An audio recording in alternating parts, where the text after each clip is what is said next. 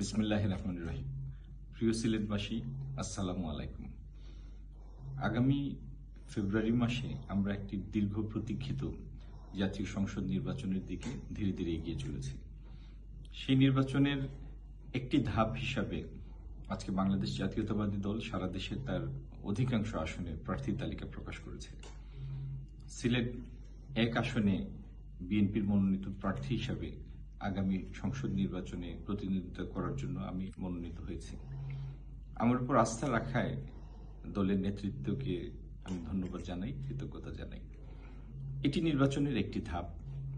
আমরা বাংলাদেশ জাতীয়তাবাদী দলের সকল নেতাকর্মী ইনশাল্লাহ আমরা সুশৃঙ্খলভাবে নির্বাচনী প্রচারণা চালাবো, এমনভাবে যা জন আকাঙ্ক্ষার সাথে সঙ্গতিপূর্ণ হয় এবং আড়ম্বরহীন হয়, সেরকম একটি প্রচারণা চালিয়ে আমরা নির্বাচনী যুদ্ধ হচ্ছে আমরা যে মূল কাজ করতে চাই তার একটি প্রাথমিক ধাপ।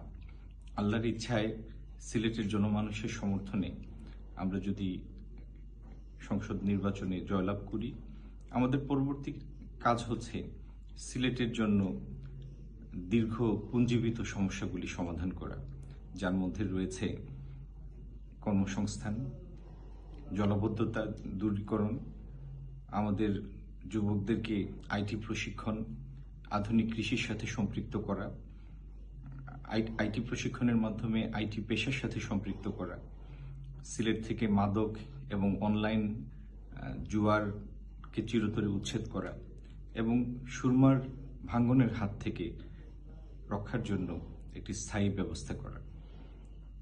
আমাদের কাজ অনেক, পর্বত প্রমাণ চ্যালেঞ্জ। আমরা জানি আমাদের অর্থনীতি বিগত 15 বছরের ক্রমাগত সীমাহীন দুর্নীতির কারণে ইতিমধ্যেই রুগ্ন হয়ে পড়েছে, ব্যাংকিং ব্যবস্থা চাপের মধ্যে আছে। এরকম একটি সময়ে অভ্যন্তরীণ রাজস্বকে স্ফীত করে দেশের অর্থনীতিতে প্রাণ সঞ্চার করা, দেশীয় এবং বিদেশি বিনিয়োগ আকৃষ্ট করা একটি বড় চ্যালেঞ্জ।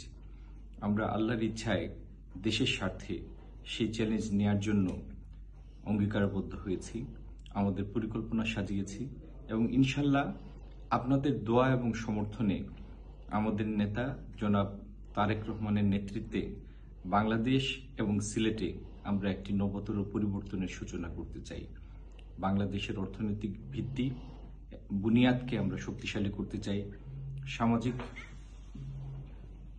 কনস্ট্রাকটিভ পুনর্গঠনের মাধ্যমে সমাজে ভারসাম্য ফিরিয়ে আনতে চাই এবং বাংলাদেশকে তার প্রাতিষ্ঠানিক ভিত্তির উপর দাঁড় করাতে চাই।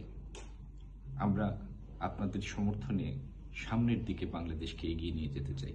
ধন্যবাদ সবাইকে। আসসালামু আলাইকুম।